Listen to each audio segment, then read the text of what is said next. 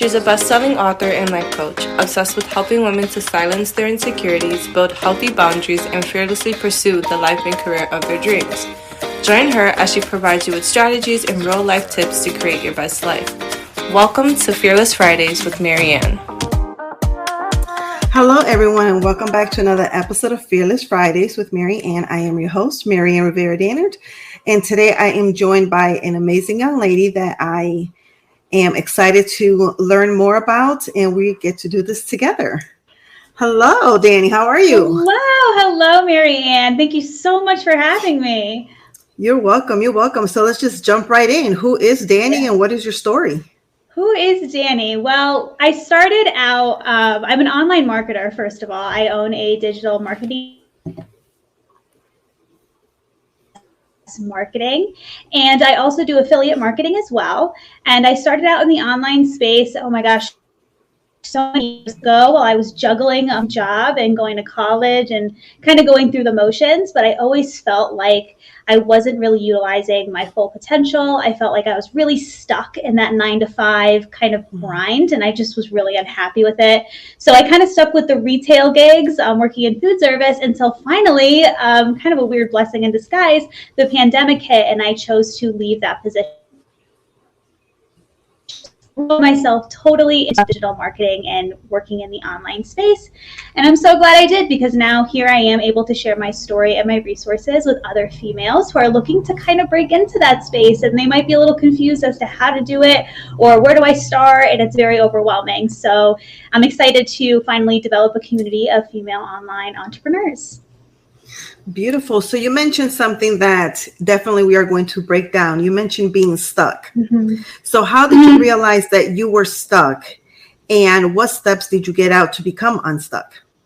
Yeah, definitely. I feel like this is such a common thing so many people go through. And it actually started back when I was in college. I was just a young kid trying to figure out what I wanted. And I just kind of saw myself going through the motions. You know, I was kind of just expected to kind of go to college, get a degree, get a job. And my junior year, I kind of freaked out, because I thought that's where my life was. I knew that's not what I wanted, despite what I was kind of being forced to do. Not forced, but just what was expected of me. So I ended up leaving school, taking a brief hiatus to figure it out. And then when I came back, I decided to finish school, which was in marketing, ironically enough.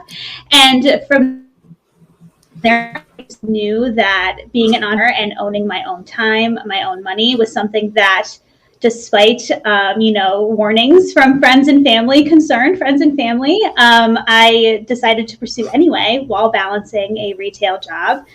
And, when I finally kind of hit this breaking point where I was just done, I felt like I wasn't being valued. I was being underpaid. I was working my butt off 40 plus hours a week. And I know this is something a lot of listeners can totally relate to. And eventually I just hit my breaking point and literally walked out of my job. And ever since then, just fully to myself in the online space. Beautiful. So how did you process, or how did you handle the voices from family and friends to, with the warnings and you shouldn't do this, stay in school, how did you handle that? Yeah, no, again, I feel like, a lot of people are kind of conditioned from a very young age. A lot of friends and family are, encouraging for you to go to school, get the 9-to-5 job. So hearing that growing up, it was so ingrained in my brain. It was something that I just knew I had to do. This is what life was. You kind of go through that motion. So I found that, especially recently, because it was something personally I kind of had to overcome, and I felt so alone in that. I felt very alone in not wanting that. I was like, I feel kind of crazy. Like, why don't I want this? Why is everybody else okay? And, their 9-to-5 and they feel really, but I just felt like so stuck in something I didn't want, which is why, developing community around these like-minded women is so important. And that's why I've started what I started, because to be able to have and build a support system around yourself is so important, not only for your initial success, for for continued success as well, because you're always going to be hitting roadblocks and you might feel alone in them. But having that community where you can reach out and say, hey, this is happening, I feel crazy, to have other people relate to that experience makes such a difference and really helps drown out those other voices that maybe can't relate, you know? Yeah. So community, so important. Yeah, that's so that's so true. And so when you decided to step out, was it success right from, open door, or did you, have any struggles? How did you overcome those struggles if you did? So many struggles. I can't even, and struggling is part of it. It's part of the game, unfortunately. And what's great about struggle is embracing it and just knowing that while you're going through things, you're also learning and you're growing in ways that you might not recognize right away. But going through that struggle initially was so difficult. We were talking briefly about this. The first thing I did in the online space was MLMs, which are multi-level marketing companies, things like Avon and, like those, that have been around forever. It Works, I think like that, like legging company or something was one for a while. There's a ton of them out there. And that was my first experience with it. And I discovered that it wasn't something that was aligning with what felt good to me. So then I was like, this is a lot of work. It doesn't feel right. I'm like messaging my friends and family, asking for money or whatever to join this company. So then I switched over to drop shipping. I did that for a while. And then from there, I was like, this doesn't seem right either. I can't really figure this out. So it's a lot of learning curves, and then moved to social media management. Because there's so much going on in the online space, it's really difficult to find something that is going to align with you. And I think that's really important. The struggle is really necessary in those initial steps, but just know that in the meanwhile, you're just aligning with what's supposed to be the business that's meant for you and that you're going to be successful at. Yeah, and it's beautiful the fact that you realized what was working for you, what was not working for you, and you kept going. You didn't say, oh, this is not going to work. Let me just go back to retail and give up on your goals and your dreams. Such a good point. Yeah, it's like I said, it's struggle is really great because in a way, those things, they might be viewed as quote unquote failures, but for me they were like, you know what, that's just not for me, that's not what's lining up with me for me right now. And you just move on to the next thing because there is so much opportunity and so many things you can do online that just moving on to that next thing is okay. And I think that's where a lot of people also feel stuck and maybe a little ashamed, because switching from one thing to one thing to one thing, people are probably thinking like, what is going on? But I promise you, people are not paying attention. They really aren't. They're, so just keep doing you, keep hustling, keep moving forward, because you're just aligning with what's been for you, Yeah, that's so true. So did you decide to just, try different things, or how did you make the decision to give something a try that didn't work? And how did you make the decision to try something else? Like, how did you know that something else? Yeah, like kind of making that transition over to the next thing. Yeah, no, it definitely is hard to let things go because you put so much time and energy into one thing that it can be difficult to say, oof, that maybe this isn't for me, and releasing that and letting it go. And that was something that I also learned in my struggle, was it's okay to let something go that's no longer serving you. And that's not just true in business, that's also true in life, right? Like with relationships and friendships, if something's not serving you, it can be really hard to let it go. But at the end, it's a really good thing. It's hard to do. Oof, it's so hard, especially when you put hours into something and you really give your all.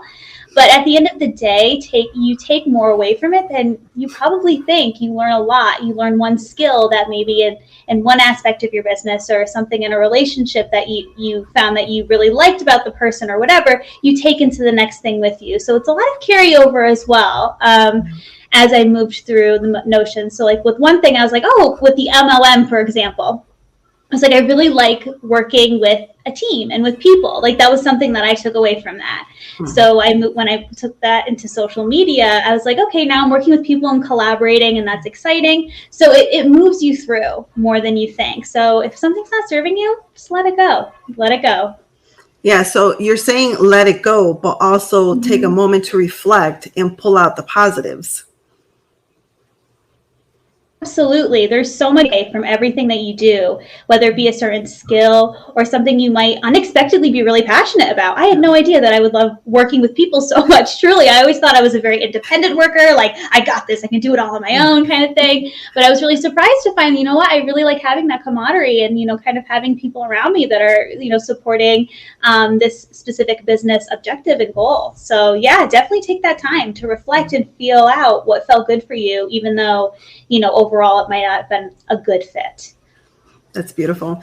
So, you know, one of the things that I like to do, you know, with my guests and stuff like that, is kind of like do like impromptu coaching. So let's say that a client comes and, you know, wants to meet with you, like, you know, Dani, I'm struggling. I don't know what it is that I want to do. So what is your process? What does that look like in helping a woman realize, you know, what her passion, what her desires are?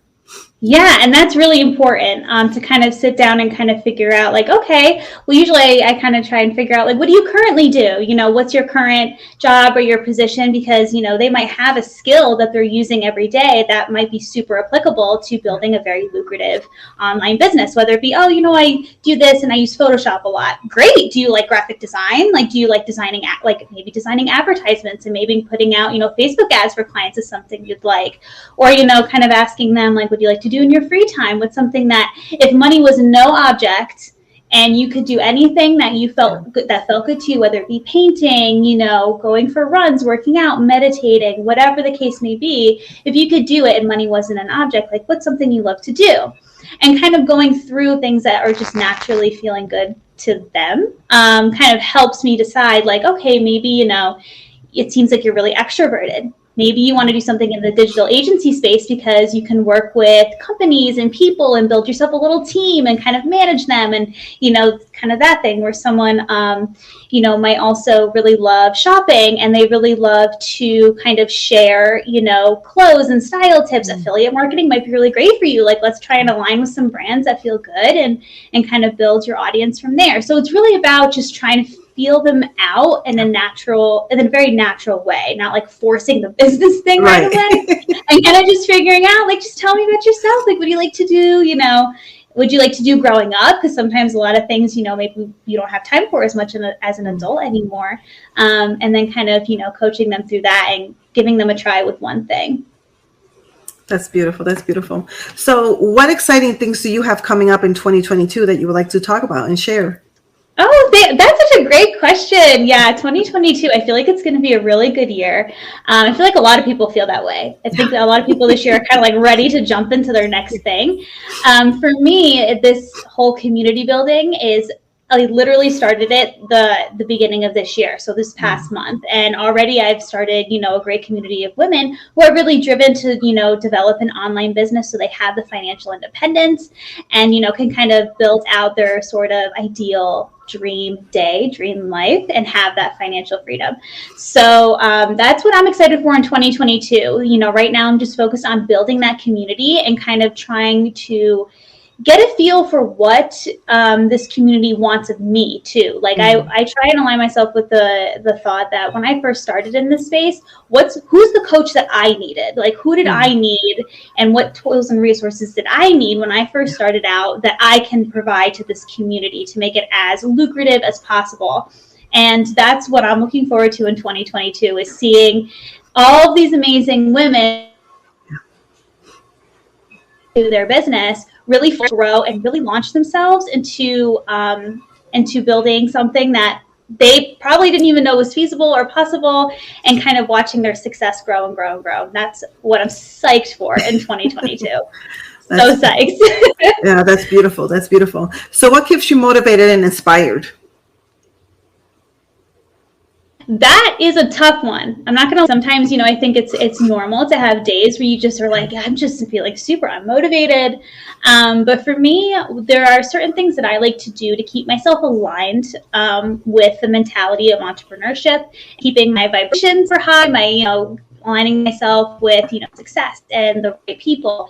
And I like to first of all read. I try and read one development book a month, whether it be, you know, a business book or, you know, an inspiring kind of autobiography or whatever the case may be. I also try to journal. I love to run. Just like doing things that feel good. So that way, you know, when you are having those days where you're feeling a little bit of self-doubt, just doing one simple thing, opening a window, letting some fresh air in, maybe like wash your sheets, you know, little things that kind of just keep you in a really positive headspace. Because even those little things can really add up and really push you to that, to keep you going, you going to that next level. Mm-hmm. Yeah. So can you talk to us, because, you know, a viewer or, you know, somebody that may be watching or listening may be like, oh, you know, she has everything all together, you know, and stuff like that. So can you talk to us about maybe a struggle that you have had and how you overcame that struggle?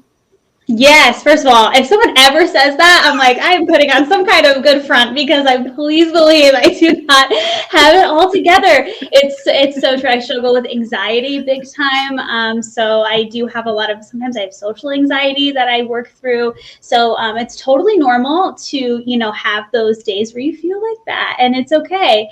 And in order to work through it, I think that, you know, it's really important to remind I always have little post-it notes around like my bathroom with like little mantras and things like that. But I'm sorry, remind me of what was the end of your question there. A struggle that you've had. Yeah, a struggle that you might have had, and how did you overcome that struggle? Yeah, so I'll go back to the anxiety thing, because I feel like that's a really common thing a lot of people face. I have generalized anxiety disorder, so a lot of times that can be really difficult some days, and I encourage people, because I do this, just take the day, take a break, you know, step back. There's no need to constantly hustle and push yourself and work yourself to the bone. I feel like that's something we're so conditioned to do. Growing up, you know, taking breaks and taking mental health days just wasn't and still really isn't a thing. And I really encourage people, if you are having a day that's just a particularly hard day, it's okay to take a break. Don't beat yourself up for it. It's perfectly normal. It keeps you healthy. And if you just push through it, at the end of the day, it could be something that backfires. So I always encourage, you know, if you have a similar struggle with anxiety or depression or any sort of mental health, I highly recommend you take that space for yourself and just, you know, breathe through it and do what you need to do. And you come back refreshed, strong. It passes, right? You've made it through all of your worst days. So it passes. And, you know, I just think being able to take those breaks is vital. That's so true.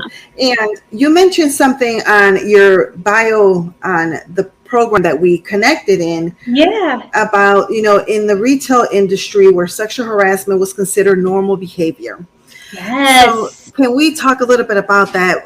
You know, what were some of the things that you possibly, you know, personally might have experienced or that you saw, and some of those subtleties that people may not recognize that could be sexual harassment? Yes, Marianne, thank you so much for bringing that up, because I do feel like, especially in food service industries, sexual harassment is something that is weirdly commonplace. And also, very bizarrely enough, I was in food retail since I was 15. I was doing it for a long time. So I didn't even realize how inappropriate my coworkers' behaviors were until I was in my 20s, because I saw, you know, all of the older managers at the time were tolerating this behavior, and I just thought, oh, this is fine. It's okay to be catcalled at work and to, you know, have all these weird things happen. But truly, it can be scary. You know, you see a lot of young women entering food retail, and I've seen it too, because, you know, I've worked with a lot of younger girls where they know they feel uncomfortable, but they can't say anything, or they don't want to say anything, you know, because if you do go and you say, stop doing this, and you throw a fit, now what? Now your work environment's going to be, everyone's going to be mean to you. They're not going to, you know, it's going to be nasty, and you're not going to have a great experience at work anymore. And it just becomes like this weird sort of accepted trap. And it's a really unfortunate thing. And it's almost really frustrating, because, like, what do you do? What do you do in those situations? You can't really say anything, because, like I said, then your environment becomes tense and you get ridiculed and they're rude to you. And in food service, you want your coworkers to all work together. It's very much a team effort. So if you have that tension, it becomes super uncomfortable. But yeah. reason that I have to leave this space. It's not healthy for me mentally. I'm not setting a good example for the younger girls that are stepping into the space. Like, someone has to kind of take a stand and say that this is not okay, and leave. And I was in a fortunate position to be able to leave, but there's the other side of it too, where a lot of people are really stuck and they just have to accept this behavior as commonplace, and it's really unfortunate. And I don't think this is something new. I think this is something that's been going on for a while in the food service industry, unfortunately. But yeah, it's really disheartening and frustrating to go through that. So what would you say to the individual that may be listening and knows she's in that situation? I know that you mentioned that, it could be difficult and sometimes possibly even impossible, but at what point do you make a decision that enough is enough? Yeah, no, exactly. Honestly, personally for me, what I did in this experience was I actually went to my superiors and I spoke to them, sat them down, and I said, you know what? Because now at this point, the younger girls are coming to me saying they feel uncomfortable. Yeah. Now I feel like I have an obligation to say something. So I sat down with my superiors, and I highly recommend, if you're going through this, that this is your first step, because it doesn't create a ton of tension, to just sit down with them and be like, listen, I'm feeling uncomfortable. This isn't something that, I spoke up, maybe if it's been a while, maybe something you haven't spoke up about yet, but you could even admit, say, listen, I'm having a hard time coming forward with this, but I just want to let you know that this is happening and I'm not okay with it. What can we do to create a more appropriate work environment? And just leave it to the superiors, because at that point, like, what else can you do other than to bring it to them and take a step back? If the behavior does continue, my only other recommendation, and this is hard, again, letting something go, to look for another position, find another job, throw resumes out there, do whatever you can to try and get yourself out of that space, because mentally, I can promise you, it's doing more harm than good. And and again, I know that's tough. It's so much easier to say that than to actually do it. Right. But I think those are the two steps that I personally took to kind of address what was going on in the space. And the good thing about it, I mean, not good thing, but it could be a positive, is that right now with this economy, everyone is hiring. Everyone is hiring. That's so true. And it could be a little easier to find a job. That's very true. And this might even be a good opportunity to explore other positions and other roles outside of food service if you want to do something different. Just start throwing those resumes out, you know what I mean? Get ahead of it. And yeah, like you said, a lot of places are hiring right now. So try and find us somewhere that is going to align with your current income, and just get out of there if you can. But first, definitely address it. Like I do think bringing it up to your superiors is important, because I think when it's brought to their attention, it does raise a flag. Like, oh, they're paying attention and they're noticing, and they might start to realize, or maybe not get nervous, but start to think like, okay, people are starting to pick up on this, and like we might need to do something. So you never know. Right. Just saying something might really be the ammunition that's needed to kind of get something in motion to prevent that behavior from continuing.